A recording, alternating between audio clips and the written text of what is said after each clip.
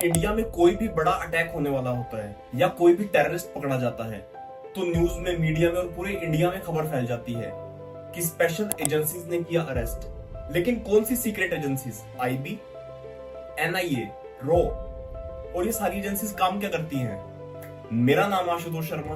उम्मीद आप सब बढ़िया होंगे। बढ़िया नहीं भी हैं तो भी इस वीडियो के बाद बढ़िया होने वाले हैं। तो आओ स्टार्ट करते हैं। इंडिया में मेनली 3 एजेंसीज होती हैं, रो, आईबी और एनआईए। रो का काम होता है बाहर के दुश्मनों को मारना, आईबी का काम होता है अंदर के दुश्मनों को मारना और एनआईए का काम होता है इन्वेस्टिगेशंस करना। रो एस्टेब्लिश हुआ 1968 में। रीजन 1962 की चाइना वॉर और 1965 की पाकिस्तान वॉर। अब रो काम क्या करती है? टेररिस्ट पर नजर रखना उनके देश में जाके। जैसे कि रविंद्र कौशिक सर, अगर आपको इनके बारे में नहीं पता तो अपन अगली वीडियो में डिस्कस करने वाले हैं इनके बारे में, and he is a legend. रो का दूसरा काम होता है टेररिस्ट फंडिंग की जांच करना, न्यूक्लियर प्रोग्राम्स पर इंटेलिजेंस रखना, एनिमी कंट्रीज के प्लान पे इन्फो लेना। रो इंडिया के अंदर बिल्कुल भी काम नहीं करता। रो का मेनली काम होता है इंडिया के बाहर। रो अब आता किस मिनिस्ट्री के अंदर है?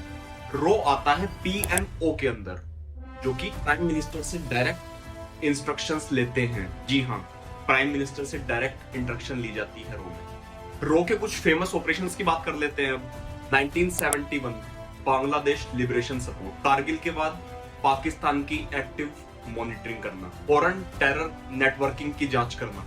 रो अरेस्ट नहीं करता, रो सिर्फ इंफॉर्मेशन देता है। इंटेलिजेंस ब्यूरो यानी आईबी, ये इंडिया की सबसे पुरानी सीक्रेट सर्विस है जो कि ब्रिटिश के टाइम से थी। ये एस्टैब्लिश हुई थी 1887 में। आईबी काम क्या करती है? आईबी देश के अंदर ही काम करती है, जैसे कि इलेक्शन से पहले इंटेलिजेंस देखना, देश के अंदर होने वाले टेररिस्ट अटैक के ऊपर सर्विलेंस रखना, रायोट्स और प्रोटेस्ट के ऊपर नजर रखना। आईबी किस मिनिस्ट्री के अंदर आती है? आईबी आती है मिनिस्ट्री ऑफ होम अफेयर्स के अंदर। इंपॉर्टेंट पॉइंट, आईबी अरेस्ट नहीं करती, आईबी सिर्फ रिपोर्ट देती है पुलिस को, स्टेट गवर्नमेंट को और सेंट्रल गवर्नमेंट को। एनआईए नेशनल इन्वेस्टिगेशन एजेंसी, ये एस्टैब्लिश हुई थी 31 दिसंबर 2008 को 26/11 अटैक के बाद। एनआईए काम क्या करती है? टेररिस्ट केसेस की पूरी इन्वेस्टिगेशन करती है। बॉम्ब ब्लास्ट, आईएसआईएस, अलकायदा और एंटी नेशनल फंडिंग केस के ऊपर भी ये काम करती है। एनआईए की सबसे बड़ी पावर, ये स्टेट परमिशन के बिना ही काम कर देती है, इसको किसी की परमिशन की जरूरत नहीं पड़ती। इसलिए एनआईए को इंडिया का एफबीआई भी कहा जाता है। एनआईए अरेस्ट भी कर सकती है, कोर्ट में चार्जशीट भी फाइल कर सकती है और कोर्ट में केसेस भी लड़ती है। अब कुछ मिथ्स हैं जो मैं बस्ट करना चाहूंगा आपके सामने। वो जेम्स बॉन्ड स्टाइल की मूवी नहीं है भाई, रियल लाइफ है ना, ऐसा जो फिल्मों में दिखाते हैं वैसे काम नहीं करती हो। आईबी रैंडमली आपके फोन टैप नहीं कर सकती। फोन टैप करने के लिए बहुत बड़ा रीजन होना चाहिए, तब आपका फोन टैप होता है।